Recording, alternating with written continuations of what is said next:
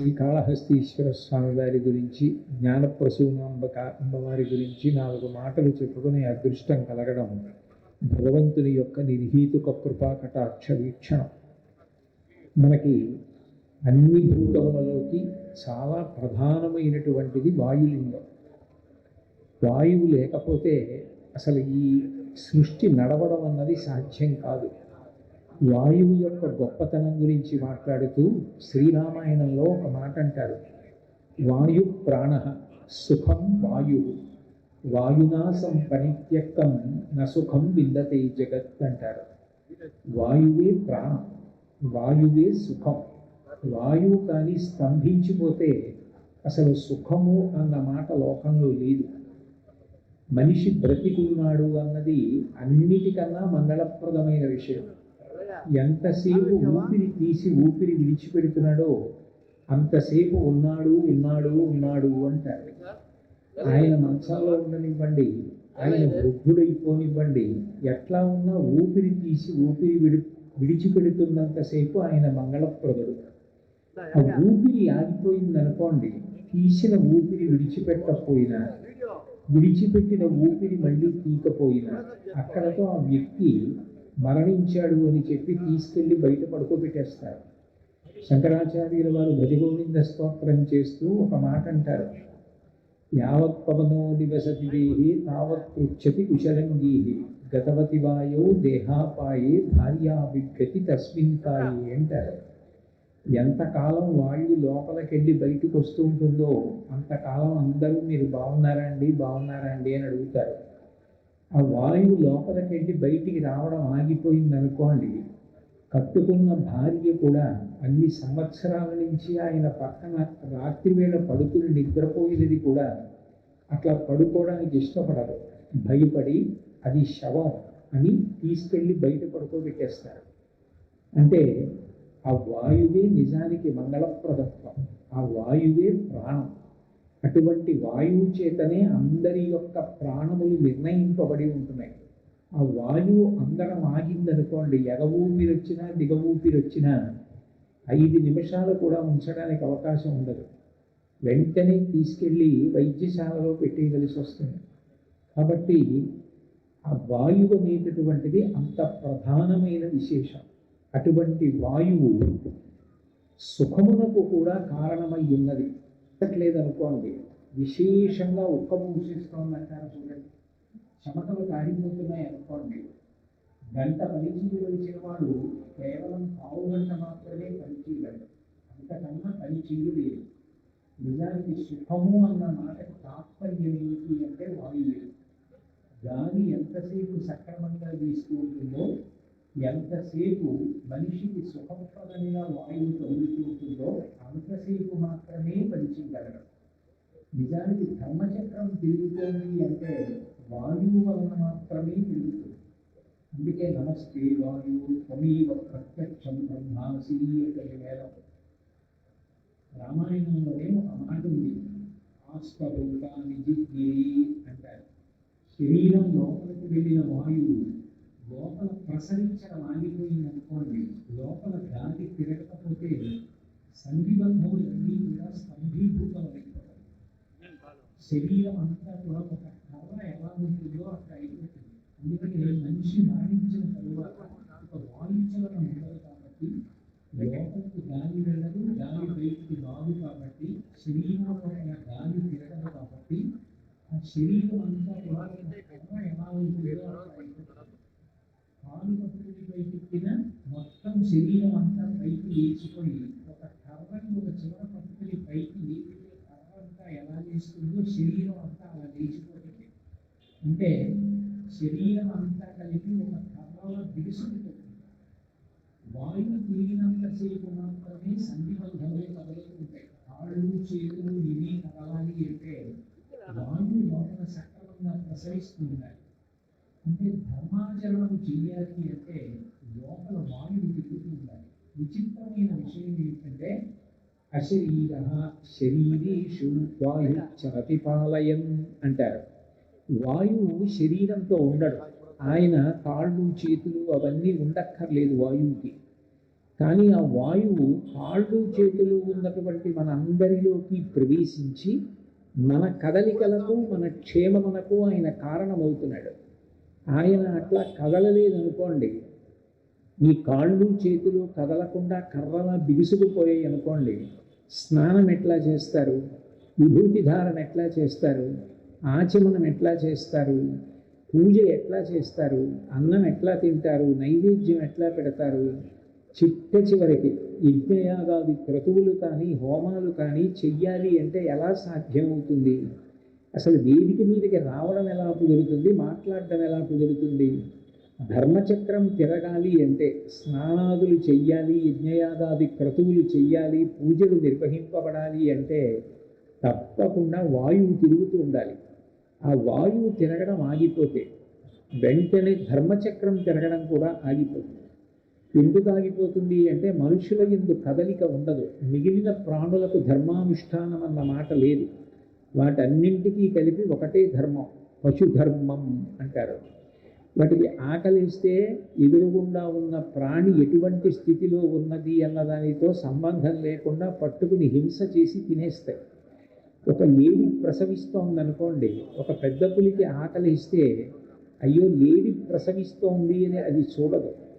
ఆ లేడి మీద పడి ఆ ప్రసవించడానికి సిద్ధంగా ఉన్న లేడిని చంపి బయటపడినటువంటి చిన్న పిల్లని కూడా నిర్దాక్షిణ్యంగా చంపి తినేస్తుంది. ఆకలేసిన పెద్ద పులికి ధర్మాధర్మ వివక్ష ఉండదు. పెద్ద పులి హింస చేసిందండి అన్న మాట దానికి అన్వయం కాదు. అందుకే మిగిలిన ప్రాణులకు ధర్మం అన్న మాట లేదు. ధర్మం అనేటటువంటి మాట అన్వయం ఎవరికి అంటే ఒక్క మనుష్యులకు మాత్రమే అన్వయం. ఆ మనుష్యులు ఏ కాలమునందు ఏ పని చెయ్యాలో ఆ పని వాళ్ళు మాత్రమే చెయ్యాలి. తెల్లవారగానే పూజ చెయ్యడం, భగవత్ సంబంధమైన కార్యక్రమాలు చేయడం, ఇవన్నీ కూడా వాళ్ళు కాలంలో దేశంలో చెయ్యవలసినటువంటి ధర్మం. ఈ ధర్మం నిర్వర్తింపబడాలి అంటే శరీరం కదలాలి. కదలాలి అంటే లోపల వాయువు తిరుగుతూ ఉండాలి. వాయువు తిరగకపోతే శరీరము కర్రైపోతుంది. కాబట్టి నిజానికి ఈ లోకమునకంతటికీ పరిపాలకుడు ఎవరు అంటే వాయువే. అందుకే వాయు రూపంలో ఆయన విష్ణు స్వరూపాన్ని పొందుతాడు శివుడు. భాగవతంలో పరమశివుని యొక్క వైభవం గురించి మాట్లాడుతూ ఒక మాట అంటారు, 3 మూర్తులకు 3 లోకములకు 3 కాలములకు మూలమగుచు భేదమగుచు తుదిక భేదమయ్యొప్పారు బ్రహ్మమనగ నీవే పాలనయనా అంటారు. ఆయనే 3 మూర్తులుగా 3 లోకాలుగా 3 కాలాలుగా ఉండి ఒక్కడు అనేకముగా కనపడుతూ ఉంటాడు. శ్రీశైలంలో సుప్రభాతం చేస్తే ఏకస్త్వమేవ బహుదా భవభాసిలోకి నిశంకధీర్ వృషభకేతన మల్లినాథ శ్రీభ్రామరి ప్రియ సుఖాశ్రయ లోకనాథ శ్రీమల్లికార్జున విభో తవ సుప్రభాతం అంటారు. ఏకస్త్వమేవ ఉన్నది ఆ ఒక్క శివుడే. బహుధా భవభాసిలోకి లోకమునందు అనేకముగా ఆయనే కనపడుతూ ఉంటాడు. ఆయనే స్థితికారుడైనటువంటి విష్ణు స్వరూపాన్ని పొంది లోకాన్ని నిర్వహించవలసి వచ్చినప్పుడు, ప్రాణులను పరిపాలన చేయవలసి వచ్చినప్పుడు వాయు రూపంలో ఉండి నిర్వహిస్తూ ఉంటాడు. నిజానికి ఈ శరీరంలో జరిగే వ్యాపారములనన్నిటినీ కూడా చక్కబెట్టేది ఎవరు అంటే వాయువే నిర్వహిస్తుంది. ఒక్కసారి ఊపిరి పీల్చామనుకోండి, ఆ పీల్చబడినటువంటి ఊపిరి లోపలికి వెళ్ళగానే, నాసారంధ్రములను దాటి లోపలికి వెళ్ళగానే 10 వాయువులుగా విడిపోతుంది.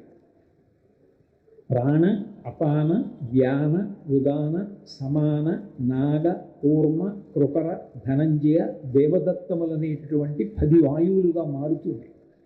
10 వాయువులుగా మారి ఈ శరీరం యొక్క వ్యాపారాన్నంతటినీ కూడా నిలబెడుతూ ఉంటుంది. మొట్టమొదటి దాన్ని ప్రాణవాయువు అంటారు. అది హృదయస్థానమునందు నిలబడుతుంది. నిలబడి రక్తాన్ని శుద్ధి చేస్తూ ప్రాణవాయువుని శరీరానికి అందిస్తుంది. అది ఎంతకాలం అందింపబడుతోందో, ఎన్ని ఊపిరులు మనిషి తీయాలో పరమేశ్వరుడు ముందుగా నిర్ణయిస్తాడు. అదే ఆయుర్దాయం. ఆయన ఎక్కడ కూర్చుంటాడు అంటే ఇక్కడే కూర్చుంటాడు. హృద్దేశేర్జున తిష్టతి అంటాడు గీతాచార్యుడు. హృదయస్థానమునందే కూర్చుని ఉంటాడు. మనం వేదంలో మంత్రపుష్పంలో చెప్తాం, నీవార సూపమత్తంది పీతాభాస్వత్యనూపమా అని.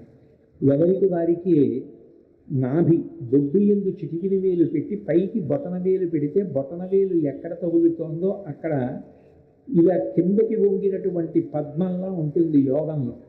దాని చిట్ట చివర ఒక ములుపు నీవార సూకవత్తన్వీ పీతాభాస్వత్యనూపమా, గొడ్డు గింజ యొక్క చివరి భాగంతో పెట్టుకుని ఇలా గీరుకుంటే గీత పడినట్టుగా ఒక చిన్న ములుపు అంత ప్రకాశం ఒకటి ప్రకాశిస్తూ ఉంటుంది. మళ్ళీ ఆ ప్రకాశం యొక్క మధ్యలో ఒక చిన్న వెలుగు వెలుగుతూ ఉంటుంది. తస్య మధ్యే మహానగ్నిర్విశ్వార్చిర్విశ్వతోముఖ, ఆ మధ్యలో వెలుగుతున్నటువంటి వెలుగు యొక్క కాంతి పైకి కిందకి పక్కలకి కొడుతుంటుంది. ఊర్ధ్వము అది అలా ప్రకాశాన్ని పైకి కిందకి పక్కలకి చిమ్ముతున్న కారణం చేత ఈ శరీరం అంతా కూడా నిర్వహింపబడుతోంది. ఆ లోపల ఉన్న పరమాత్మ ఎంతసేపు ఉంటాడు అంటే ఆయన ఉన్నంతసేపే ఆయన లెక్క పెట్టుకుంటూ ఉంటాడు ఆయుర్దాయాన్ని. అందుకే చిత్రంగా లోపల కూర్చుని గుప్తంగా ఊపిరి లెక్క పెడతాడు కాబట్టి ఆయనకి చిత్రగుప్తుడు అని ఒక నామం. ఆయువు లెక్క పెడుతుంటాడు, ఎన్ని ఊపిర్లు తీశాడు, ఎన్ని ఊపిర్లు విడిచిపెట్టాడు. ఆ ఊపిర్లు అయిపోగానే లోపల నుంచి ఆయన లేచిపోయి ఉత్తరీయం సర్దుకుని బయటికి వెళ్ళిపోతాడు. ఆయన కానీ ఒక్కసారి హృదయస్థానం నుంచి బయటికి వెళ్ళిపోయాడు అనుకోండి, గంట ఆగిపోతుంది. దేవాలయాలలో సుప్రభాతం అయిపోగానే ఈశ్వరుడి యొక్క దర్శనం ప్రారంభమవుతోందని గుర్తు ఏమిటంటే గంట మ్రోగిస్తాడు. ఏకాంత సేవ అయిపోయింది అంటే పొరపాటున కూడా ఏ పిల్లో దూకి గంట మోగకూడదు కాబట్టి దానికి తాడు కట్టి స్తంభానికి వేసి కట్టేస్తారు. ఇక గంట మోగకూడదు ఈశ్వర దర్శనం ఆగిపోయిన తరువాత. ఈశ్వరుడు బయటికి వెళ్ళిపోగానే లోపల మ్రోగుతున్నటువంటి ఒక మంగళధ్వని ఆగిపోతుంది. అదే హృదయం యొక్క లబ్ డబ్ లబ్ డబ్ అనేటటువంటి చప్పుడు ఆగిపోతుంది.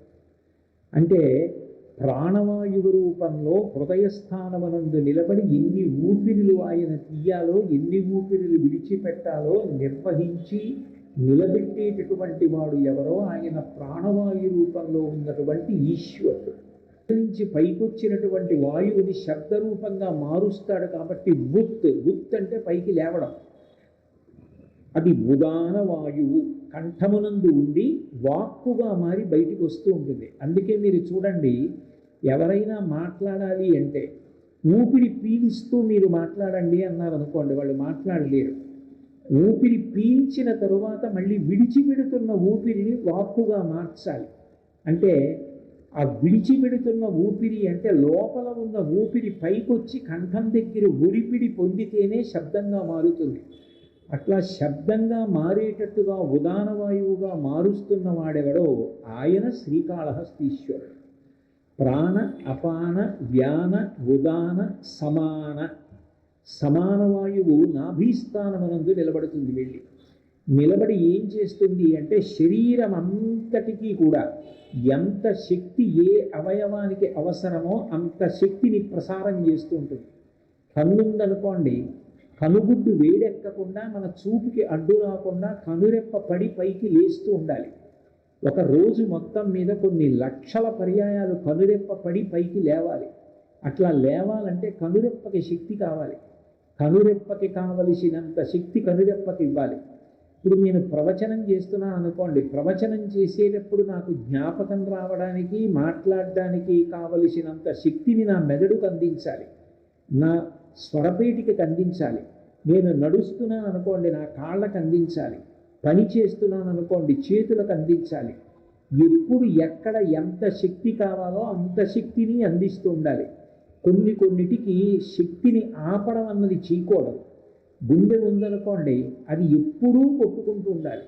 మనిషి నడుస్తున్నప్పుడు నడుస్తాడు తప్ప నిద్రపోతున్నప్పుడు కాళ్ళకి విశేషమైన శక్తి అవసరం లేదు. కండరములు నిలబడడానికి శక్తి చాలు. కానీ గుండె అలా కాదు, 24 గంటలు ఎప్పుడూ కొట్టుకుంటూనే ఉండాలి. పావు గంట విశ్రాంతి తీసుకుంటానంటే కుదరదు. దానికి కావలసిన శక్తి దానికి ప్రసారం కావాలి. ఊపిరితిత్తులకు కావలసిన శక్తి ఊపిరితిత్తులకు వెళ్ళాలి. మూత్రపిండాలకు కావలసిన శక్తి మూత్రపిండాలకు వెళ్ళాలి. శరీరంలో ఏ అవయవానికి ఎప్పుడు ఎంత శక్తి కావాలో అంత శక్తిని సరఫరా చేస్తూ ఉంటాడు లోపల నుంచి. అట్లా సరఫరా చేసేటటువంటి ఒక గొప్ప కేంద్ర స్వరూపుడుగా నాభిస్థానమునందు నిలబడి ఉంటాడు. అలా నిలబడిన వాడెవరో ఆయన శక్తిని ఆయా అవయవములకు సమానంగా ప్రసారం చేస్తున్నాడు. ఆయన అట్లా నిలబడకపోతే అసలు మనిషి యొక్క శరీర వ్యాపారము నడవదు. కొన్ని చచ్చుబడిపోతాయి. శక్తిహీనుడైపోయాడు అంటారు. ఆయా అవయవములు పనిచేయలేదనుకోండి, వాటికి శక్తి లేదనుకోండి, అక్కడ వరకు ఆయనకి వాతం కమ్మింది అంటారు.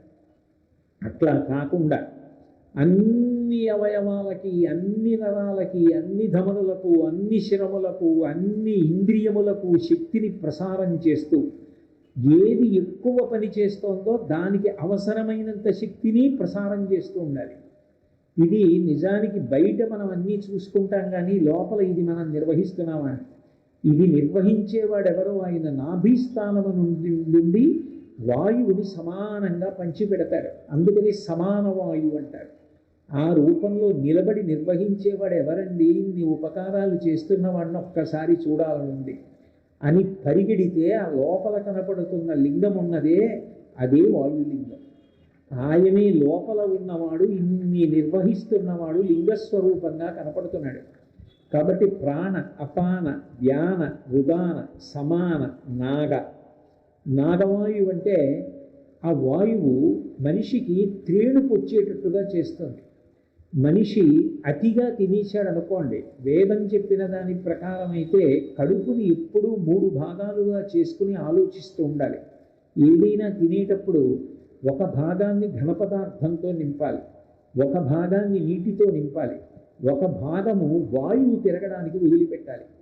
వదిలిపెడితే లోపల కవ్వం తిరిగినట్టుగా ఆ నరాలు తిరుగుతూ జీర్ణక్రియ సక్రమంగా జరిగి అందులో నుంచి శక్తి ఉద్భవిస్తుంది. అట్లా కాకుండా రుచి బాగుంది అని ఎక్కువగా తినేశాడు అనుకోండి, కడుపులో గాలి తిరగడానికి, నీరు ఉండడానికి తగినంత చోటు లేదనుకోండి, నిండిపోతుంటే నువ్వు నాలుక మీద రుచి కోసం తినేస్తున్నావు, దీని వలన ప్రమాదం ఏర్పడుతుందంత తినవద్దు అని హెచ్చరిస్తాడు. ఆ హెచ్చరించడానికి ఏం చేస్తాడంటే త్రేణుపు రూపంలో వస్తాడు. ఆ త్రేణుపు వచ్చింది అంటే గుర్తు ఏమిటంటే ఇక తినవద్దు, నీ కడుపు నిండిపోయింది, నీకు కావలసినంత పదార్థం పుచ్చేసుకున్నావు, రుచి కోసం ఇక తినవద్దు అని చెప్పడానికి నాగవాయువుగా త్రేణుపు రూపంగా లోపల నుంచి బయటికి వస్తాడు. అందుకే త్రేణుపు వస్తే మీరు ఏ పదార్థం తిన్నారో దానికి సంబంధించిన వాసన వస్తుంది త్రేణుపులో. నాగవాయువు అంటారు. తరువాతది కూర్మవాయువు అంటారు. కూర్మవాయువు కాంతినిస్తుంది. చూడండి, పెద్దలు బాగా అనుభవజ్ఞులైన వాళ్ళు బాగా తీవ్రమైన అనారోగ్యంతో మంచం పట్టిన వాళ్ళని చూసి, అబ్బే ఇంకా ఎంతో కాలం ఉండడండి, ప్రేతకళ వచ్చేసింది అంటారు. ఆయనని చూసేటప్పటికీ శరీరంలో ఉన్న కళ అంతా అంతరించిపోతుంది. చీమలు అవి శరీరాన్ని పట్టడం, చెవుల్లోకి వెళ్ళడం, ఆ చీమలు ఒంటికి పట్లు కింద పట్టడం అది ప్రారంభమవుతుంది. అంటే లోపల ఉన్న మంగళప్రదమైన కూర్మవాయువు వెళ్ళిపోతోందని గుర్తు. కూర్మవాయువు ఎంత కాలం ఉంటుందో అంత కాలము కాంతివంతంగా ఉంటాడు. భగవత్ సంబంధమైన ఉపాసన బలం ఉన్న వాళ్ళలో ఆ కూర్మవాయువు యొక్క కాంతి స్పష్టంగా కనపడుతూ ఉంటుంది. కూర్మము అంటారు దాన్ని. ఆ తరువాతి వాయువు ప్రకరవాయువు అంటారు. బయట డబ్బులు అయిపోతున్నాయని చూసుకుంటాం, ఇంట్లో వస్తువులు అయిపోతున్నాయని చూసుకుంటాం, పైన పెట్టుకున్న తొట్టులో నీళ్ళు అయిపోతున్నాయని చూస్తూ ఉంటాం. కానీ మన లోపల పదార్థం అయిపోతోంది, ఇంకా పదార్థం కానీ లోపలికి వేసి జీర్ణం జరగకపోతే శక్తి అందదు, శోషించిపోయి శరీరం పడిపోతుంది. కాబట్టి లోపల పదార్థం వెయ్యాలి అన్నది మనం చూడకపోయినా ఆయన ఏం చేస్తాడంటే మంట పుట్టిస్తాడు. అందుకే భరించలేనిది ఏదైనా ఉంటే దాన్ని సంస్కృతంలో క్షకారంతో మొదలు పెడతారు. ఆకలికి క్షుత్ అని పేరు. క్షుత్ అంటే మనం భరించలేము ఆ మంట. ఆకలి మంట వచ్చిందనుకోండి తట్టుకోలేరు. ఆ క్షుత్ అదే కృతరవాయువు. లోపల గాలి మంటతో తిరుగుతుంది. ఆకలేసేస్తోంది, మంట పెట్టేస్తోంది కడుపులో, తొందరగా ఏదో ఒకటి పెట్టి అంటాడు. అంటే లోపల ఆకలి మంటని సృష్టించి పదార్థం లేదు, నువ్వు శక్తిహీనుడవైపోయి పడిపోతావు, కళ్ళు తిరిగి పడిపోతావు, తిను తిను తిను అని లోపల నుంచి ఆయన మాట్లాడతాడు. ఆ మాట్లాడేటటువంటి వాయువు ఏది ఉందో దాన్ని కృకరవాయువు అంటారు. అదే ఆకలి మంట, గాలి. మంట ఉండాలంటే గాలి ఉండాలిగా. ఇప్పుడు కాళహస్తీశ్వరలింగం వెలుగుతోంది అంటే అక్కడ దీపం గాలి వేస్తూ ఉంటుంది, అందుకే కదులుతూ ఉంటుంది దీపం. కృకరవాయు రూపంలో ఉంటాడు. తర్వాతది ధనంజయ వాయువు అంటారు. మనుష్యులకైతే తీసుకెళ్ళి ఖననం చేసేస్తారు, భూమిలోనన్నా పెడతారు, దహనం, శరీరాన్ని కట్టెలలో పెట్టి కాల్చేస్తారు. మరి మిగిలిన ప్రాణులు, కొన్ని కోట్ల ప్రాణులు ఉన్నాయి, వాటికి కూడా మృత్యువు తప్పదు. జాతస్య హి ధ్రువో మృత్యు ధ్రువం జన్మమృతస్య చ. అవి కూడా శరీరాన్ని వదిలేస్తాయి. ఆ శరీరాలన్నీ అలా ఉండిపోయాయి అనుకోండి, ఎక్కడ చూసినా కుక్కలు, పిల్లులు, పందులు, పక్షులు అన్నీ మృతి చెందినవి అలా ఉండిపోయాయి అనుకోండి, ఒకనాడు ఈ భూమి మీద కాలు తీసి కాలు పెట్టలేము. భూమిని మంగళప్రదంగా ఉంచడానికి ఆయన ఏం చేస్తాడంటే ధనంజయ వాయు రూపాన్ని పొందుతాడు. లోపల ఆఖరణ తీసుకున్న వాయువు లోపల ఏది ఉందో అది ధనంజయ వాయువుగా మారుతుంది. దాన్నే మన వాళ్ళు ప్రాసెస్ ఆఫ్ డీకంపోజిషన్ అంటారు.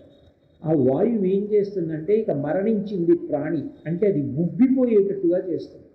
చూడండి, కుక్కలు అవి మరణించిన తర్వాత పక్కన ఉంటే అవి ఉబ్బిపోతాయి, ఉబ్బిపోయి పగిలిపోతాయి.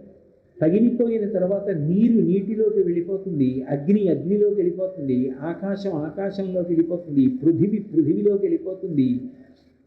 ఏ భూతము ఆ పంచభూతాల్లో భూతంలో కలిసిపోతుంది, చివరికి మట్టి అయిపోతుంది.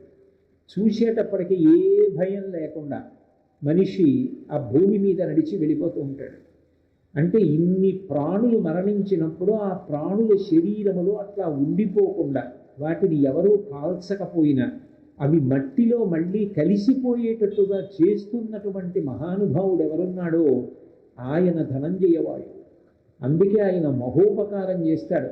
పార్వతీదేవి అనుశాసనిక పర్వంలో మహాభారతంలో పరమశివుని ఒక ప్రశ్న వేసింది, ఏమయ్యా నీకు బ్రహ్మాండమైనటువంటి కైలాసం ఉంది, అటువంటి కైలాసంలో మీరేం మామూలు బట్ట కట్టరు, నిజానికి శంకరుడు విచిత్రవసనం చాధ నానాభూషణ భూషితం అన్నాడు వ్యాస భగవానుడు శివపురాణంలో.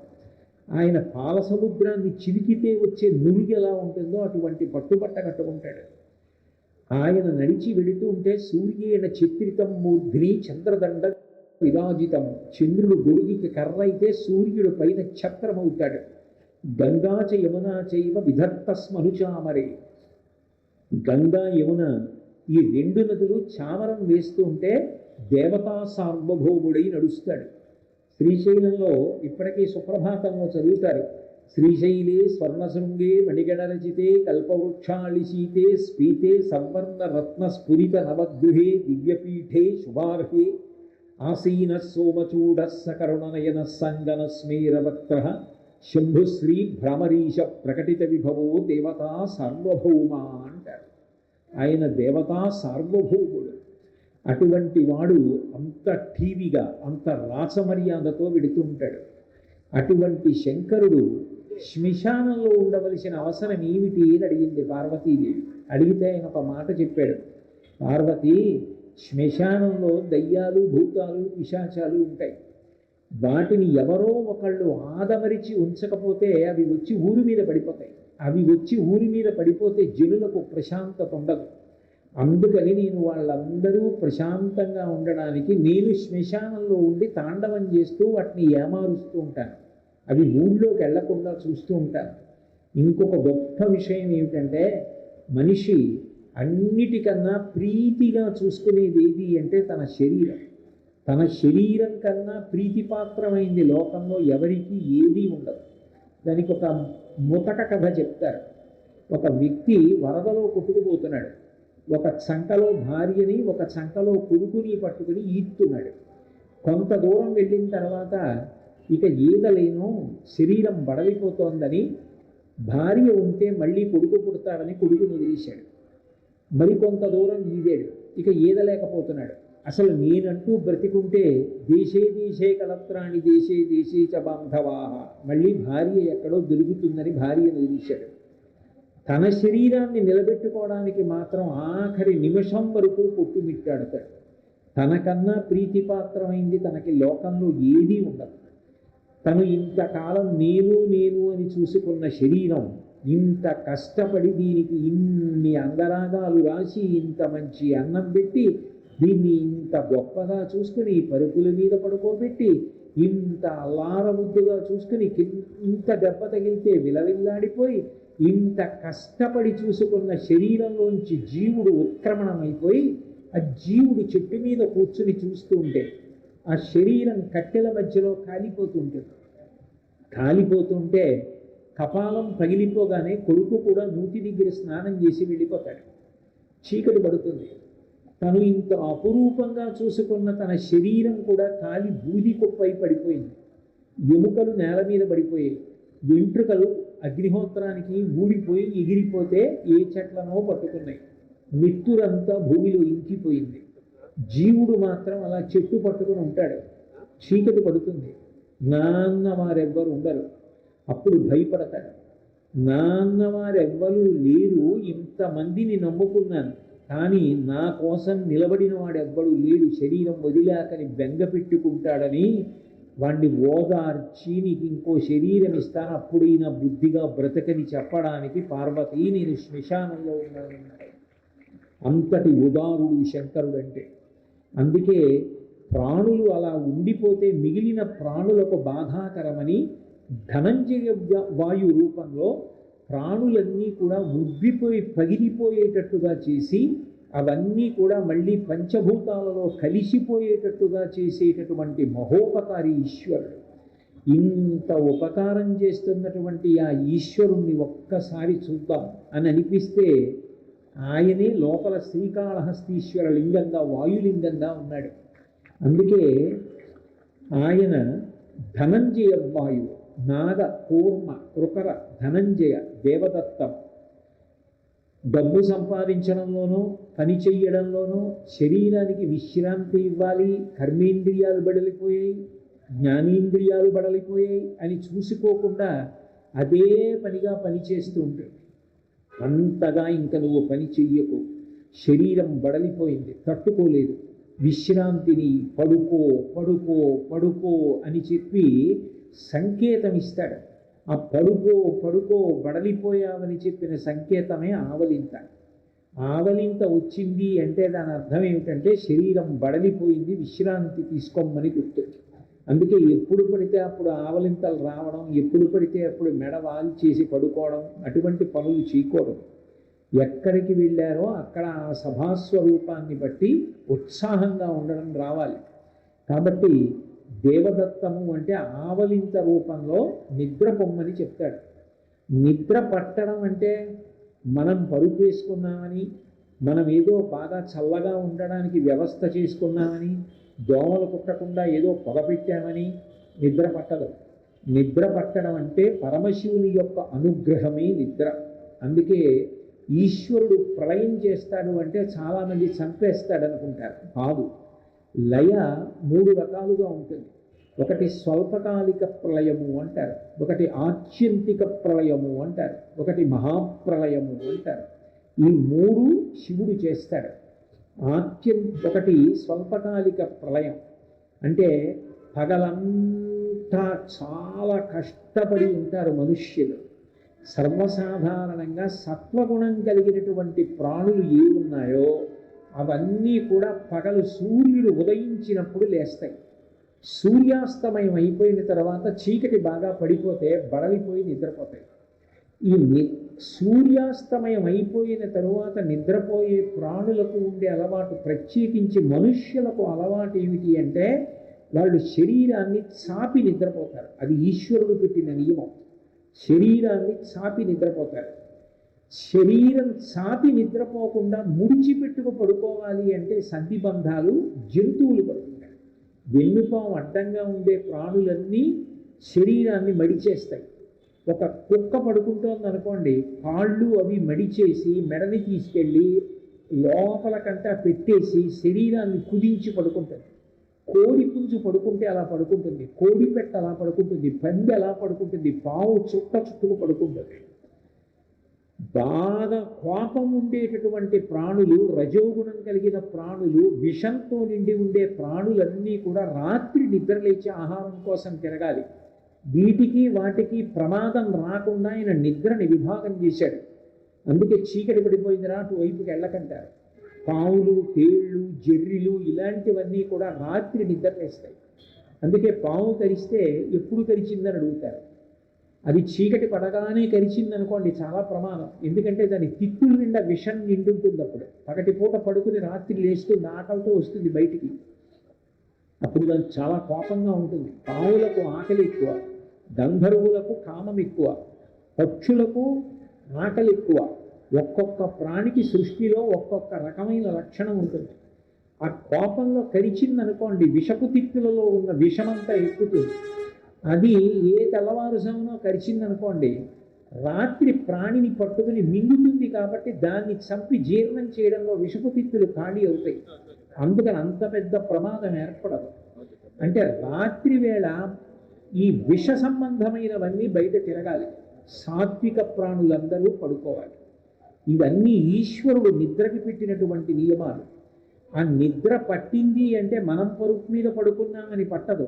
ఈశ్వర కృప కలిగిందనుకోండి స్వల్పకాలిక ప్రళయం. అందుకే నిద్ర సుఖం. ఆయన ఇంత బడలిపోయిన శరీరం యొక్క బడలిక తీర్చడం కోసం ఆయన ఏమీ కష్టపెట్టడు.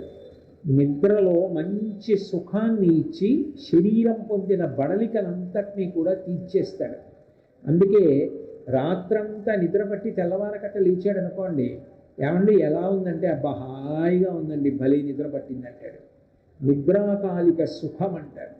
అటువంటి నిద్ర పట్టించి ఇంద్రియములకు మళ్ళీ శక్తినిస్తాడు. అట్లాగే జ్ఞానమిచ్చి మోక్షమిస్తాడు. ఆ జ్ఞానమిచ్చి మోక్షమిచ్చేవాడెవరో, తనలో కలుపుకునేవాడెవరో ఆయన ఆత్యంతిక ప్రళయం చేశాడంటారు. మూడవది మహాప్రళయం. ఎన్ని కోట్ల జన్మలెత్తినా తాని పొందలేకపోతున్న వాణ్ణి ఇక తానే పొందేస్తాడు యుగాంతమున. అంటే నల్లపూసలు ఎగిరి మైనపు ముద్దని పట్టుకోలేకపోతే మైనపు ముద్దే వచ్చి నల్లపూసల మధ్యలో పడిందనుకోండి, నల్లపూసల్ని మైనపు ముద్ద తానే అంటించేస్తుంది. అలాగే యుగాంతమునందు అన్ని ప్రాణులను తానే పొందేస్తాడు. పొంది అన్నిటికీ దీర్ఘకాలిక విశ్రాంతినిచ్చి మళ్ళీ కొత్త యుగంలో అవి ధర్మం చేసి తరించడానికి వీలుగా వాటిని మళ్ళీ సృష్టిస్తాడు. ఇవన్నీ ఉపకారములు చేసేవాడెవరో ఆయనే శివుడు. అటువంటి శివుణ్ణి ఒక రూపంతో చూడాలి అని మీరు అనుకున్నారనుకోండి, మహాప్రళయంలో ఇన్ని భూతములను తనలోకి తీసేసుకునేటటువంటి ఆ రూపాన్ని చూడడం సాధ్యం కాదు. ఇన్ని ప్రాణులను పోషిస్తున్న వాడిని చూడడం సాధ్యం కాదు. ఒక ఊపిరి తీస్తే 10 ఊపిరులుగా మారి శరీరాన్ని నిర్వహిస్తున్న వాడిని చూడడం సాధ్యం కాదు. అటువంటి వాయువుని చూడడం ఎవ్వరికీ సాధ్యం కాదు. వాయువుని అనుభవిస్తారు కానీ వాయువుని చూపించమంటే ఎవరు చూపించలేరు. కానీ చూడాలి అని మీకు కోరిక కలిగిందనుకోండి, లింకారం లయమిత్యుక్తం గకారం సృష్టి రుచ్యతే అన్నారు. ఎవరి నుండి ఈ సృష్టి అంతా ఏర్పడుతోందో, ఎవరి యందు నిలబడుతోందో, ఎవరిలోకి ఈ సృష్టి వెళ్ళిపోతోందో, ఎవరు దీన్ని వాయురూపంతో నిర్వహిస్తున్నాడో ఆయన్ని చూడాలి అనుకుంటే అదే వాయులింగం, శ్రీకాళహస్తీశ్వర లింగం. ఇన్ని మహోపకారములు చేస్తున్నటువంటి పరమాత్మని దర్శనం చేస్తే, అందుకే శ్రీకాళహస్తి దర్శనం గురించి పెద్దలు ఒక మాట చెప్తారు. బెంగపెట్టుకోపోయి ఒక ఏడాది శ్రీకాళహస్తి వాసం చెయ్యి అంటారు. శ్రీకాళహస్తీశ్వర లింగాన్ని దర్శనం చేసి, స్వామి నా ఆఖరి ఊపిరిలో నీ నామం పలికించు అని ఎవరు అడుగుతారో వారిని తన ఆఖరి ఊపిరిని నామంగా మార్పించి భగవంతుడి నామం పలికించి, నువ్వు నా నామం పలుకుతూ వెళ్ళిపోయావు కాబట్టి నీలో నేను కలిపేసుకుంటున్నానని కలిపేసుకుంటాడు. అందుకు ధూర్జటి అడిగాడు, శ్రీశైలేషు భజింతునో యభవు కాంచీనాథు సేవింతునో కాశీవల్లభు కల్వబోధన మహాకాళేషు పూజింతునో నా శీలం వనువైన మేరువడుచున్ రక్షింపవే నీ శ్రీ శృంగార విలాస హాసములచే శ్రీకాళహస్తీశ్వర అన్నాడు. ఆయన శ్రీకాళహస్తీశ్వరుడు వాయులింగం. ఆ తల్లి జ్ఞానప్రసూనాంబ. ఆమె ఒక చెయ్యి లంబిత హస్తం ఇలా ఉంటుంది, ఒక చేతిలో పువ్వు పట్టుకుని ఉంటుంది. ఏమిటి ఆ పువ్వు అంటే జ్ఞాన పుష్పం. పువ్వు చూడండి అకస్మాత్తుగా రాదు. మొట్టమొదట ఒక చిన్న పిందె వస్తుంది. మీరు ఆ పిందెని కోసేసి బలవంతంగా విప్పారనుకోండి, పసరిక వాసన వస్తుంది. మీరు రోజు నీళ్లు పోస్తూ మొక్క వంక చూస్తున్నారనుకోండి, మెల్లగా ఆ పిందె ఆ మొగ్గ అవుతుంది. ఆ మొగ్గ పువ్వై ఒక రోజు పొద్దుటికి అరవిరిసినటువంటి పువ్వుగా మారుతుంది. ఇన్నాళ్ళు మీకు తెలియనటువంటి ఒక సువాసన ఆ పువ్వులోకి వస్తుంది. మళ్ళీ ఒక్కొక్క పువ్వుకు ఒక్కొక్క విచిత్రం. అన్ని పువ్వులు సూర్యోదయానికి అరవిరుస్తాయి. సూర్యోదయానికి కొద్దిగా విచ్చుకున్న రెక్కలు విరిగిపోయేటట్టుగా విచ్చుకుంటుంది మందార పువ్వు. సూర్యోదయం సూర్యుడు బాగా పొద్దుక్కుతున్నాడు అనుకోండి, బాగా అరవిరుస్తుంది. పద్మం ఒక్కసారి విచ్చుకుంటుంది. మల్లె పువ్వు సాయంకాలానికి విచ్చుకుంటుంది. అందుకే సంధ్యాకాలంలో తాండవం చేస్తాడు. కాబట్టే యావత్ భూమి మీద తాండవం చేసిన ఒక్క శ్రీశైల పర్వతం మీద దిగుతాట సంధ్యాకాలంలో. ఒక్కసారి శ్రీశైల శిఖరం మీద దిగుతాడు. కాబట్టే శంకరాచార్యుల వారు శివానంద లహరిలో ఆ 51వ శ్లోకం దగ్గరికి వచ్చేటప్పటికీ ఆ సంధ్యారంభ విజృంభితం శృతిశిరస్థానాంతరాధిష్ఠితం స ప్రేమ భ్రమరాభిరామమసకృత్సత్వాసనాశోభితం భోగీంద్రాభరణం సమస్త సుమన పూజ్యం గుణావిష్కృతం సేవే శ్రీగిరి మల్లికార్జున మహాలింగం శివాలింగితం అన్నారు. ఇవాళ శ్రీకాళహస్తీశ్వరుడు ఎంత గుర్తొస్తున్నాడో, శ్రీశైల మల్లికార్జునుడు ఎంత గుర్తొస్తున్నాడు. రామారావు గారి పక్కన ఉన్న కారణమో ఏమో. కాబట్టి ఆయన సంధ్యయందు విజృంభిస్తూ ఉంటాడు. సంధ్యయందు విజృంభించడం అంటే ఏమిటి? సాయంకాలం ప్రదోష వేళ. దోషం అంటే తప్పని కాదు, దోషం అంటే చీకటి. ప్రదోషం అంటే చీకటి పడడానికి ముందున్న వేళ, సూర్యాస్తమయానికి దగ్గరగా ఉన్నటువంటి సమయం. ఆ సమయంలో ఆయన తాండవం చేస్తాడు. ఆ సమయంలో మల్లె పువ్వు విచ్చుకుంటుంది. అందుకని సంధ్యారంభ విజృంభితం. మల్లె పువ్వు సాయంకాలం విచ్చుకుంటుంది. జ్ఞాన పుష్పం కూడా అకస్మాత్తుగా రాదు. అన్నీ మానేసి జ్ఞానం ఉంటే చాలండి, లోపల ఏదో భగవంతుడి గురించి తెలుసుకునే ప్రయత్నం చేస్తానండి అంటే అలా ఏం రాదు. అదే అంత అమాయకంగా ఋషులు చెప్పలేదు. భగవత్ సంబంధమైనటువంటి కార్యక్రమాన్ని, ధర్మాన్ని విడిచిపెట్టకుండా అనుష్ఠానం చేసుకుంటూ వెళ్ళాలి. ఏ ప్రయోజనాన్ని ఆశించకుండా, దీని వలన నాకు ఈ ఫలం కావాలని కోరుకోకుండా, భగవంతుడు మనకి ఏ విహిత కర్మలు విధించాడో వాటిని చేసుకుంటూ వెళ్ళిపోగా వెళ్ళిపోగా వెళ్ళిపోగా వెళ్ళిపోగా ఈశ్వరుడికి ఒకనాడు ఒక ఆలోచన వస్తుంది. నువ్వే ఏది చేసినా నువ్వు ఎవరి కోసం చేస్తావు? నా కోసం చేస్తావు. నేను ప్రీతి పొందాలని చేస్తావు. అది నిజానికి నీకు ఎంత సుఖప్రదమైన నువ్వు దాన్ని ఒప్పుకోవు, చెయ్యవు. ఎందుకు చెయ్యవు? నాకు ఇష్టం లేదనుకుంటే నువ్వు చెయ్యవు. అంటే నీకేం కావాలి? నేనే కావాలి. నేను కావాలి తప్ప నీకు ఇంకొకటి అక్కర్లేదు. ఇక నువ్వు నేను అని రెండు ఎందుకురా? నువ్వు నేను అని రెండు లేకుండా ఒకటైపోదాం. ఆ ఒకటైపోదామనుకున్నప్పుడు ఈశ్వరుడు ఏం చేస్తాడంటే జ్ఞానాన్ని అనుగ్రహిస్తాడు. పుస్తకాలు చదువుకుంటే వచ్చే జ్ఞానం కాదు, అమ్మవారు అనుగ్రహించాలి. అమ్మవారు ప్రకృతి స్వరూపిణి, మాయాస్వరూపిణి. ఆవిడ ఎంత కాలం తిప్పాలనుకుంటే అంతకాలం తిప్పుతుంటుంది. సదసద్రూపధారిణి అని లలితా సహస్రం. అసత్తు ఎందు సత్తు చూపిస్తుంది. ఈ శరీరం శాశ్వతమన్న భావన కల్పిస్తుంది. అంటారు కానీ ఆత్మ లేదు, ఏమీ లేదు అనుకుంటాం. నైనం చిందంతి శస్త్రాన్ని నైనం దహతి పావక నచైనం క్లేదయంత్యాపో నశోషయతి మారుత. అది అగ్ని చేత కాల్చబడదు, నీటి చేత తలపబడదు, వాయువు చేత కొట్టబడదు, కత్తి చేత ఖండింపబడదు. నువ్వు ఆత్మ, నువ్వు శరీరం కాదు.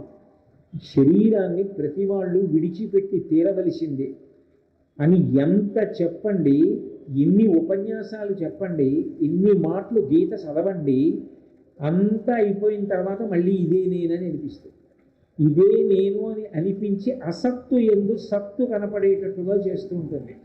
భక్తితో ఆ తల్లిని ఆరాధన చెయ్యగా చెయ్యగా చెయ్యగా చెయ్యగా ఆమె ఏం చేస్తుందంటే, రే నిన్ను మీ నాన్నగారిలో కలిపేస్తానరా, నీకున్న పాశములు పోసేస్తానంటారు. ఏమిటి ఆ పాశములు? ఆ పాశములు ఉన్నంతసేపు పశువు. ఏ పాశం ఆ పాశం అంటే జన్మ అన్న రాటకి కర్మ అన్న పాశము చేత కట్టబడి ఉంటాడు. ఆ తల్లి పాశములను ఖండించేసిందనుకోండి, ఇక పాశము లేదు కాబట్టి పశువు కాడు, పశుపతి ఎందుకు కలిసిపోయాడు. పశుమాం సర్వజ్ఞ ప్రధిత కృపయా పాలయ విభో అంటారు శంకర భగవత్పాదులు. అటువంటి జ్ఞానమును ఇచ్చే తల్లి ఎవరో ఆవిడ జ్ఞాన ప్రసూన అంబ. క్రమ వికసనాన్ని ఇస్తుంది. అది ఏదో అకస్మాత్తుగా రావడం కాదు. మరి భగవాన్ రమణ మహర్షికి ఎలా వచ్చిందండి? చంద్రశేఖరేంద్ర సరస్వతి మహాస్వామి గారికి ఎలా వచ్చిందండి అంటే, వాళ్ళు గత జన్మలలో కోట్ల జన్మలలో సాధన చేశారు. సాధన చెయ్యగా చెయ్యగా చెయ్యగా చెయ్యగా చెయ్యగా జ్ఞానపుష్పం వికసిస్తుంది. నేను మొక్క వెయ్యగానే మామిడి పళ్ళు వస్తాయా? మొక్క వెయ్యాలి, రోజు నీళ్లు పొయ్యాలి, మామిడి మొక్క అవ్వాలి, మొక్క తర్వాత చిన్న చెట్టు అవ్వాలి, తర్వాత పెద్ద చెట్టు అవ్వాలి, చెట్టు అంతా పూత పూసి 100 కాయలు పళ్ళు రావాలి. అంతేగాని పొద్దున్న మొక్కేసి సాయంకాలం వరకు నీళ్లు పోస్తే మామిడికాయలు వస్తాయా? రావు.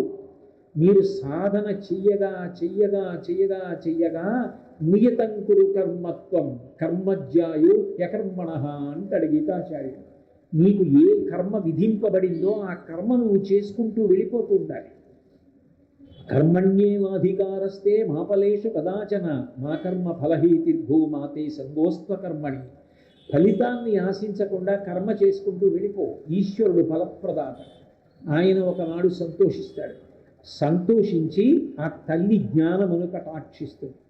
ఆవిడ అనుగ్రహించగానే ఈ శరీరము నేను కాదు, లోపల ఉన్న ఆత్మ నేను అని తెలుస్తుంది. తెలియగానే శరీరము నుండి లోపల కలిసి ఉన్నట్టుగా ఉన్న విడివడతాడు. చచ్చిపోయాక వచ్చేది కాదు మోక్షం. అందుకే మీరు చూడండి, కొబ్బరికాయ లోపల కొబ్బరి ఎప్పుడు ఏర్పడింది? కొబ్బరి బొండంలోకి నీళ్లు ఎప్పుడు చేరాయి? లోపలికెళ్ళిన నీళ్లు ఎప్పుడు ఆవిరైపోయాయి? కోరం పెట్టి కోరితే తప్ప విడని కొబ్బరి ఎప్పుడు కొబ్బరి పెంకు నుంచి ఊడిపోయి లోపల కురిడి అయిపోయింది? ఎవరికీ తెలియదు. కొబ్బరికాయ కొట్టినప్పుడు పెంకు ఊడిపోయి కురిడి ఒకటే బయటికి వచ్చేసింది అనుకోండి, ఇక దాన్ని తినరు. దాన్ని పూర్ణాహుతిలో వేసేయండి అంటారు. ఎందుకనంటే అది పెంకు నుంచి ఊడిపోయి గుడుగుడులాడుతూ లోపల ఉంది. జ్ఞానం ఏర్పడిన తర్వాత ప్రారంభ కర్మ పూర్తయిపోయే వరకు శరీరంలో ఉంటాడు. కానీ ఈ శరీరము నేనన్న భావన ఉండదు. అందుకే భగవాన్ రమణుల దగ్గరికి వెళ్ళి ఎవరైనా మీరు బాగా నిద్రపోయారా రాత్రి అని అడిగితే, ఓ ఇది నిద్రపోయింది అనేవారు. అంటే ఆయన ఆత్మ. అది అనుకరిస్తే వచ్చేది కాదు. భగవాన్ రమణుల్లా తయారవుదామని గోచి పెట్టుకుంటే వస్తుందా? అది జ్ఞానప్రసూనాంబ అనుగ్రహించాలి.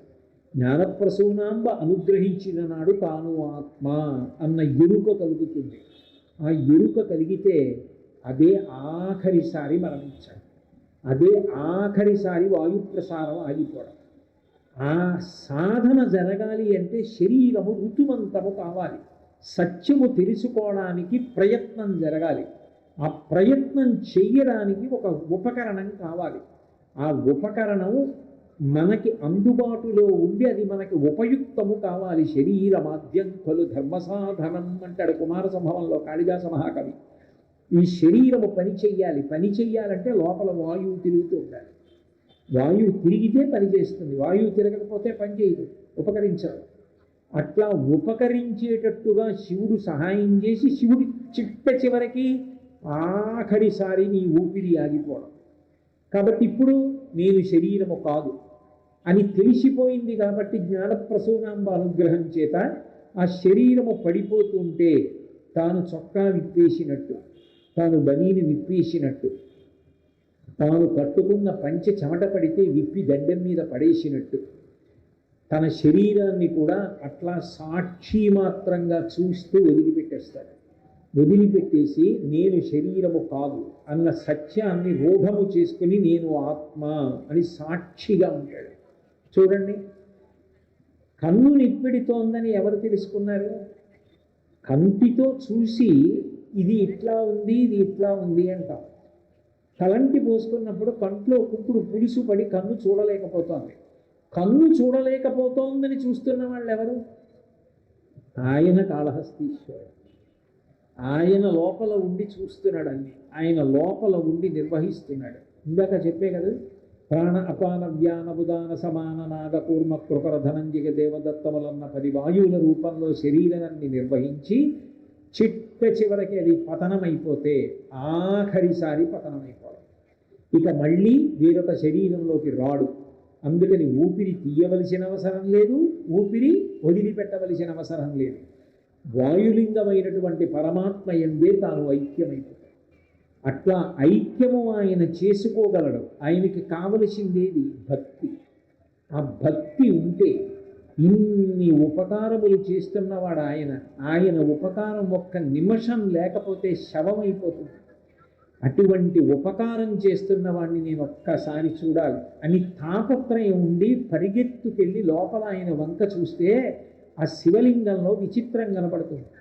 పైన పాము కనపడుతుంది, మధ్యలో సాలెపురుగు, ఏనుగు కొమ్ములు, ఏనుగు 3 కనపడ్డాయి. అందుకని శ్రీకాళహస్తి అందుకన్నాడు దూర్జటి.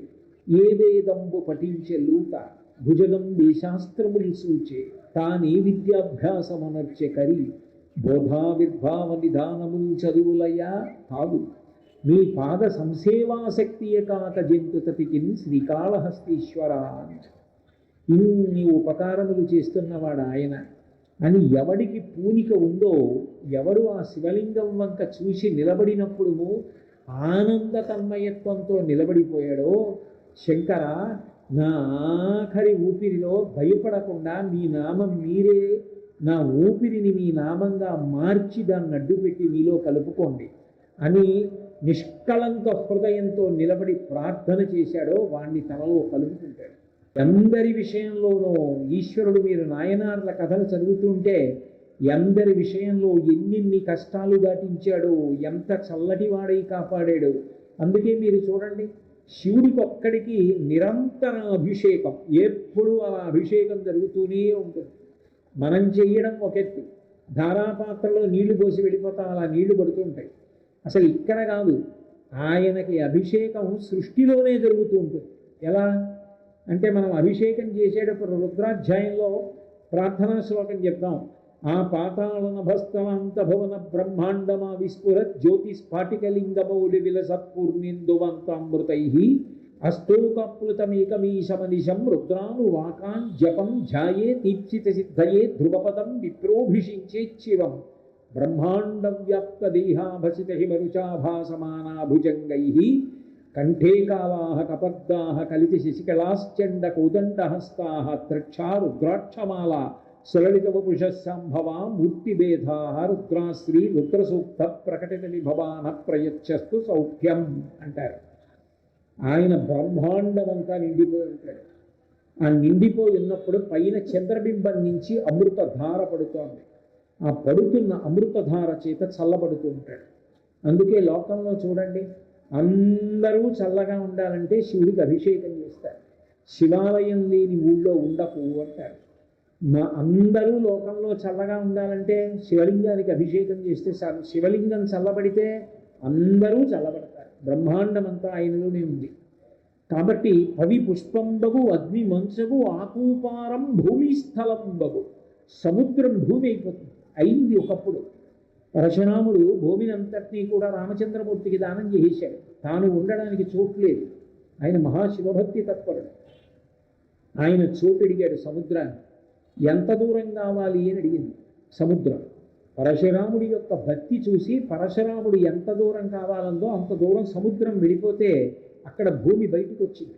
ఇప్పటికీ కూడా అందుకే పరశురామ క్షేత్రం అంటారు. అదంతా కూడా పరశురాముడి యొక్క ప్రీతి కొరకు బయటికి వచ్చిన సముద్ర భూమి.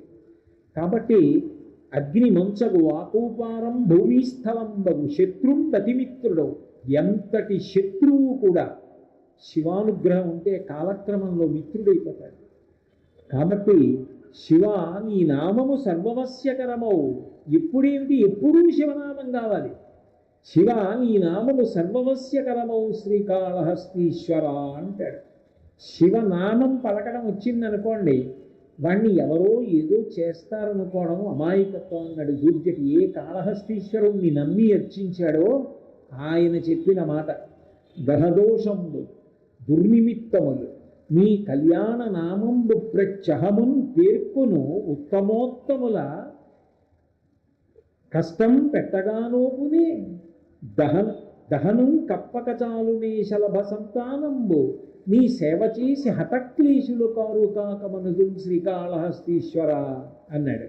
గ్రహదోషంబులు, గ్రహములు ఎవరిని ఉద్దేశించి ఎవరి యొక్క ఆజ్ఞను శిరసావహించి పాపపుణ్యముల యొక్క ఫలితములను ఇచ్చి కష్టపెట్టడమో సుఖపెట్టడమో చేస్తాయి? శివుడి యొక్క ఆజ్ఞని పరిపాలిస్తాయి. అవి ఏమిటి? శివుడికి కవచం. అందుకు కదా కాళహస్తీశ్వరలింగానికి నవగ్రహాలు కవచం అయ్యాయి. నేను చొక్కాని నా శాసనం ప్రకారం ఉంచుకుంటాను. ఓ 2 గుండీలు వద్దనుకున్నాను అనుకోండి, 2 గుండీలు తీసేస్తాను గాలి ఇచ్చేది అనుకుంటే. మర్యాద కాదు, సభలో ఉన్నాను అనుకున్నాను అనుకోండి, ఒక్క పెడుతున్నా గాలి వేయకపోయినా గుండీలన్నీ పెట్టుకుంటారు. ఈ లాల్చీ వద్దనుకున్నాను అనుకోండి, ఆ లాల్చీ వేసుకో. ఈ లాల్చీ ముతకగా ఉన్నా దీన్ని వేసుకుందాం అనుకున్నాను అనుకోండి, నేను వేసుకుంటాను. నా అభీష్టం ప్రకారం ఈ లాల్చీ నా శరీరం మీదకి వస్తుంది తప్ప తనంత తానుగా అది నా మీదకి రాలేదు. నవగ్రహాలు శివుడి యొక్క శాసనములకు వశపడి ఉంటాయి. ఆయన కవచంగా ధరిస్తాడు. కాబట్టి గ్రహదోషాలు నిన్నేం చేస్తాయా? శివుణ్ణి నమ్ముకుంటే నువ్వు శివభక్తి తత్పరుడవైతే శివనామం పలకడం నీకొస్తే నిన్ను గ్రహదోషం ఏం చేస్తుంది? గ్రహదోషంబులు దుర్నిమిత్తములు. నిజానికి శకునము అంటే వాళ్ళు రావడం వీళ్ళు రావడం కాదు, పక్షికి సంబంధించిన దోషాన్ని శకునం అంటారు. పక్షి ఒకవైపు నుంచి ఎగరడం, ఇంకొక వైపు నుంచి ఎగరడం, పక్షి వాలడం. రామాయణంలో ఈ శకునాల గురించి బాగా కనపడుతుంది. జెండా మీద గ్రద్ద వాలింది అట్లాగా. ఈ శకున శాస్త్రం ఉందా లేదా అంటే ఉంది కాబట్టే రామాయణంలో ఉంది, లేకపోతే ఎక్కడి నుంచి వచ్చింది? కాబట్టి మనకి నచ్చలేదు కాబట్టి నచ్చనివన్నీ లేవని చెప్పి మాట్లాడడానికి వీలు లేదు. నీకు నచ్చినా నీకు నచ్చకపోయినా అది ఉంటే ఉందని చెప్పాలి, లేకపోతే లేదని చెప్పాలి. అది శాస్త్ర మర్యాద. కాబట్టి నీకు శకునాలతో పని ఏమిటి? నువ్వు శివభక్తి తత్పరుడవైతే నువ్వు శివనామం పలుకుతూ వెళ్ళిపోతుంటే ఈ దోషాలేవి నిన్నేం చేయలేవు. ఇవన్నీ శివుడి యొక్క శాసనానికి వశపడి ఉంటాయి. ఆయన దేవతా సార్వభౌముడు. అవి నిన్ను చెనకడానికి వస్తూ ఉంటే ఆయన ఇలా వేలు చూపిస్తే అవి అట్లా ఆగిపోవలసిందే. ఒక యజమానున్నాడు, ఆయన దగ్గర చాలా పౌరుషం కలిగి బలమైన కుక్క ఉంది.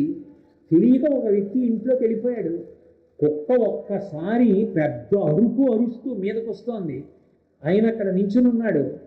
కుక్కని చూశాడు. అయ్యో, తన కోసం వచ్చినవాడు, తనని నమ్ముకున్నవాడు లోపల కుక్క ఉందని తెలియక వచ్చేస్తున్నాడు. ఆయన వెంటనే తన పెంపుడు కుక్కను చూసి రాణి అన్నాడు. ఏదో దానికి పేరు పెట్టాడు. అలాగా అనగానే ఆ కుక్క ఆగిపోతుందంటే వెనక్కి తిరిగి చూస్తుంది. ఇలా అన్నాడు. అది అంగలార్చుకుంటూ నాలిక ఆడించుకుంటూ వచ్చేసి తల ఊపుతూ 2 కాళ్ళు చాపి యజమాని దగ్గర పడుకుంటుంది. ఆయన అలా అనలేదనుకోండి, ఉసుకో ఉన్నాడనుకోండి, చీల్చి చెండాడేస్తుంది ఎదురుగుండా వాడిని. శివుడు నావాడై ఉన్నప్పుడు నేను శివుణ్ణి నమ్ముకుని ఉండగా, శివభక్తుణ్ణి నేనై ఉండగా, నేను శివనామని చెప్తుండగా గ్రహములు శకునములు వచ్చి నా మీద పడి నన్ను చెనకడమా? నాకు తెలిసిన జ్యోతిష పండితుడు ఒక ఆయన ఒకసారి నాతో ఒక మాట అన్నాడు. ఏమంటే ఆయన అట్లా ఉండకూడదు, ఆయన భార్య కూడా ఈ పాటికి మరణించాలి, ఆయన భార్యకి అంతటి ఉపద్రవం ఆయన జరిగిందా మీకు తెలుసా అని అడిగాడు నా స్నేహితుడి గురించి. నిజమేనంటే ఆయన భార్యకి అంత ఉపద్రవం జరిగింది, ఆవిడికి మధుమేహం వచ్చింది అని తెలియక ఆవిడ నీరసంగా ఉందని చెప్పి ఆయన రోజు 3 పూట్ల గ్లూకోజ్ ఇచ్చేవాడు. చివరికి కోమాలోకి వెళ్ళిపోయే స్థితి వచ్చేసింది. అప్పుడు తెలిసింది ఆవిడకి షుగర్ ఉంది అని చెప్పి. కానీ ఆవిడ బ్రతకదని అనుకున్నారు. అదృష్టం ఆవిడ బ్రతికారండి అని చెప్పాను. చెప్తే ఆయన అన్నాడు, ఆయన శివభక్తుడండి, అందుకే గ్రహములు ఇవ్వవలసిన క్రూర ఫలితాన్ని ఇవ్వలేదు, అక్కడి వరకే వెళ్ళి ఆగిపోయి శివభక్తుల్ని చెనకడం సాధ్యం కాదండి అన్నాడు. గ్రహదోషంబులు దుర్నిమిత్తములు నీ కళ్యాణనామంబు ప్రత్యహమున్ పేర్కొను ఉత్తమోత్తముల శోభం పెట్టగా నేర్చుని బాధం పెట్టగా నోపుని. ఆయన కళ్యాణనామం శివ అంటే కళ్యాణం, శివ అంటే భద్రత, శివ అంటే శాంతి, శివ అంటే సుఖం, శివ అంటే శోభనం. అటువంటి కళ్యాణనామాన్ని పలుకుతున్నవాణ్ణి ఎవరు మాత్రం చెనకగలరు? ఏ గ్రహం మాత్రం ఆయన్ని బాధ పెట్టగలదు? మార్కండేయుడు తనకి ఆయుర్దాయం అయిపోతోందని ఋషులు చెప్పినప్పటికీ యమధర్మరాజు గారే వచ్చి ఎదురుగుండా నిలబడి చేత్తో పాశం పట్టుకుంటే, నేను శివుణ్ణి పట్టుకుంటే నువ్వు నన్నేం చేస్తావురా అన్నాడు. నేను చంద్రశేఖరుడు యొక్క పాదాలు పట్టుకుని ఉన్నాను, పట్టుకుని ఉండగా కిన్నో మృత్యు కరిష్యతి, నన్ను యముడు ఏం చేస్తాడన్నాడు అని శివలింగాన్ని కౌగిలించుకున్నాడు. ఇప్పుడు ఆయన ఒక్కడి తలకి వేయడం కుదరలేదు పాశం, శివలింగంతో కలిపి పాశం వేశాడు. నన్ను పట్టుకుని నేనుండగా నువ్వేం చేస్తావని నా మీద నమ్మకంతో అడుగుతుండగా, నా నామం చెప్తుండగా వాడి మీద నువ్వు పాశం వేస్తావా? ఒక్కసారి బయటికి వచ్చి ఎడమ పాదంతో తన్నాడు యమధర్మరాజుని. అందరినీ చంపే యమధర్మరాజు గారు ప్రాణం విడిచి కింద పడి, వక్షస్థాడనమంతకస్య కఠినాపస్మార సంవర్ధనం భృత్పర్యటనం నమత్ సురశిర కోటీర సంఘర్షణం కర్మేదం మృదలస్య తావక పదద్వంద్వస్య గౌరీపతే మచ్చేతోమణి పాదుకా విహరణం శంభో సదాంగీకురు అన్నారు శంకరులు శివానందలహరిలో. శివ నీ పాదం అప్పుడు ఎంత సొక్కిపోయిందో, నా మనస్సన్న చెప్పులు తొడుక్కోవయా అన్నారు. అంటే ఆయనని నమ్మిన వాడిని ఎవరు ఏం చేయగలరు? చంద్రశేఖర పాదాబ్జస్మరణం పరమం పరమౌషధం. ఆయన నామాన్ని పలకడం కన్నా గొప్పది లేదు. అది చెప్తున్నాడు దుర్జటి. కాబట్టి నీ కళ్యాణనామంబు ప్రత్యహమున్ పేర్కొను ఉత్తమోత్తముల బాధం పెట్టగానూపునే.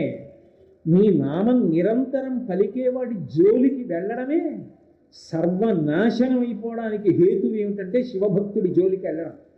బాధం పెట్టగానోపునే దహనం కప్పకజాలునే శలభ సంతానంబో. ఎన్ని దీపపు పురుగులు, ఎన్ని మిడతలైతే అగ్నిహోత్రాన్ని వెళ్ళి కప్పగలవు. అగ్ని జ్వాల మీదకి వెళ్ళి కప్పేద్దాం అనుకుని మిడతలు వెళ్ళాయి అనుకోండి, ఆ మిడతలన్నీ అగ్నిహోత్రంలో కాలి పడిపోవలసిందే. శివభక్తుడి జోలికి వెళ్ళి శివభక్తుడిని పాడు చేద్దాం అనుకున్నాడు అనుకోండి, వాడు పాడైపోవలసిందే. దీనికి స్పష్టంగా చెప్పారు మహాభారతంలో.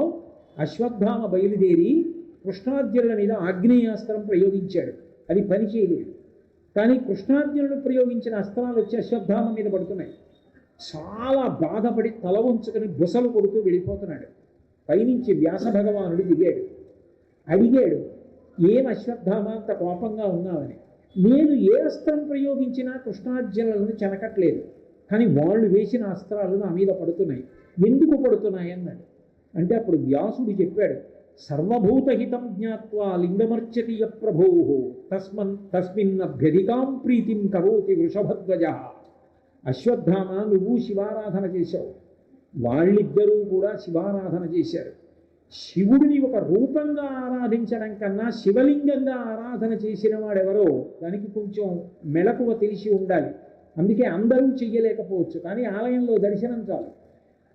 అట్లా శివలింగంగా ఆరాధన చేశారు కృష్ణార్జునుడు. నీకన్నా వాళ్ళది పై ఉపాసన. అటువంటి లింగోపాసన చేసినటువంటి వాళ్ళని నీ అస్త్రాలు ఎన్నైనా చెనకవు, అందుకే వాళ్ళ మీద పనిచేయ అవతలపోమన్నాడు. లింగోపాసన చేసిన వాడిని అలా కాపాడతాడు శివుడు. కాబట్టి అటువంటి ఉత్తమోత్తముల బాధం పెట్టగా నూపుని దహనం కప్పకజాలని శలభ సంతానంబు నీ సేవ చేసి హతక్లీశులు కారు కాక మనుజుల్ శ్రీకాళహస్తీశ్వర. శివాని నీ నామం చెప్పుకొని, నీ కథలు చెప్పుకొని, నీ పాటలు పాడుకొని, నీ దేవాలయానికి వెళ్ళి నీకు ప్రదక్షిణం చేసి నీ గురించి 4 మాటలు చెప్పుకొని సంతోషంగా బ్రతికి ఎన్ని ఆపదలైనా దాటవలసినటువంటి వాడది మాని శివభక్తి వదిలిపెట్టుకున్నవాడు లోకంలో ఎలా వృద్ధిలోకి వస్తాడయా? శివనామం పట్టుకుంటే చాలయా గట్టెక్కిపోతావని దూర్జటి కాళహస్తీశ్వర శతకంలో శ్రీకాళహస్తీశ్వర లింగం గురించి ప్రస్తావన చేశాడు అశుతోషుడు. భక్తి ఉంటే చాలు ప్రీతి పొందుతాడు. అందుకే నేను కలుపుకున్నానని చెప్పడానికి గుర్తుగా 3 కనపడేటట్టుగా శివలింగం ఏర్పడింది. ఇంత గొప్ప క్షేత్రం నాకు తెలిసి భూమండలంలో ఉండడం కష్టం. అంత గొప్ప క్షేత్రం శ్రీకాళహస్తి. శ్రీకాళహస్తే శ్రీశైలం, శ్రీశైలం. ఎందుకనంటే యోగమునందు ధ్యానం చేస్తే అంత తొందరగా అనుగ్రహిస్తాడు మల్లికార్జునుడు. శేషాద్రి శృంగి సదా వసంతం అంటారు. తమర్జునం మల్లిక పూర్వమేనమ్మంటారు యోగతారావళిలో శంకరాచార్యులు వారు. రెండే అంత గొప్ప లింగాలు. అటువంటి శ్రీకాళహస్తీశ్వర లింగం ఉన్నటువంటి క్షేత్రంలో మహాశివరాత్రి పర్వదిన కాలంలో ఉత్సవాలు జరుగుతూ ఉండగా సాక్షాత్ దేవస్థానం అధ్యక్షుల వారు నేను ఇక్కడ తిరుపతి పట్టణానికి దర్శనానికి వస్తే ఆయన నా మీద ఎంతో ప్రేమతో గౌరవంతో తిరుపతి వచ్చి కలుసుకొని వచ్చి ప్రవచనం చెయ్యండి అని అడిగితే నేను రాను అని అనడం అమర్యాద. ఇటువంటి క్షేత్రానికి వచ్చి 4 మాటలైనా భగవంతుడి యొక్క పాదముల మీద పువ్వులుగా సమర్పించాలని ఎక్కడో ఇవాళ పొద్దున్న విజయవాడలో బయలుదేరి అక్కడి నుంచి మంగళగిరి దగ్గర చైతన్య ఆశ్రమానికి వెళ్ళి ఆ తపో చైతన్య ఆశ్రమంలో ప్రవచనం చేసి మళ్ళీ కారెక్కి సాయంకాలానికి శ్రీకాళహస్తి చేరి ఇక్కడ స్నానం చేసి సంధ్యావందనం చేసుకుని స్వామి దర్శనం చేసుకుని 4 మాటలు ఆయన పాదముల మీద పుష్పములుగా వేద్దామని వచ్చాను. నా మీద ఇంత ప్రేమ చూపించినటువంటి దేవస్థానం అధ్యక్షుల వారికి అట్లాగే మీ అందరికీ కూడా నా హృదయపూర్వకమైన కృతజ్ఞతలను తెలియచేస్తూ ప్రత్యేకించి మా రామారావు గారికి నేనంటే ఎంత ప్రీతో. పాపం ఎక్కడున్నా నేను ఎక్కడ కనపడ్డా అంత ప్రేమగా వచ్చి పలకరిస్తారు. వారు కూడా ఇవాళ వచ్చి కూర్చున్నారు. ఎంతో సంతోషం. మీ అందరికీ నా హృదయపూర్వకమైన కృతజ్ఞతలు తెలియచేస్తూ నాకేమీ రాకపోయినా నేను చెప్తుంటే ఇంత ప్రేమతో విన్నందుకు మీకు నేను కృతజ్ఞతలు చెబుతూ మంగళాశాసనపరై పదాచార్య పురోగమై సర్వైశ్చ పూర్వైరాచార్యై సత్కృతాయాస్తు మంగళం. మంగళం కోసలేంద్రాయ మహనీయ గుణాత్మనే చక్రవర్తి తనూజాయ సర్వభౌమాయ మంగళం. ఉమాకాంతాయ కాంతాయ కామితార్థప్రదాయినే శ్రీగిరీశాయ దేవాయ మలినాథాయ మంగళం. శ్రీకాళహస్తీశ్వరాయ మంగళం.